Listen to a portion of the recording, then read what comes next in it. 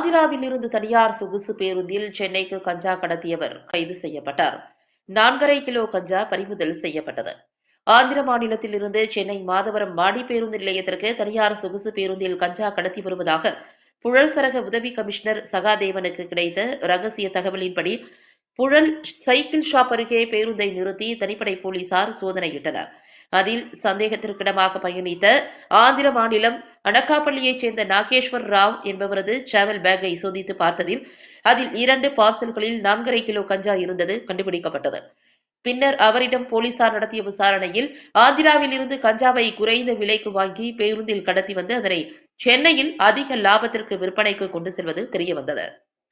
பின்னர் இதுகுறித்து புழல் காவல் நிலைய இன்ஸ்பெக்டர் ரஜினிகாந்த் வழக்கு பதிவு செய்து நாகேஸ்வர் ராவை கைது செய்து அவரிடமிருந்த 4.5 கிலோ கஞ்சாவை பறிமுதல் செய்து நீதிமன்றத்தில் ஆஜர்படுத்தி சிறையில் அடைத்தனர்.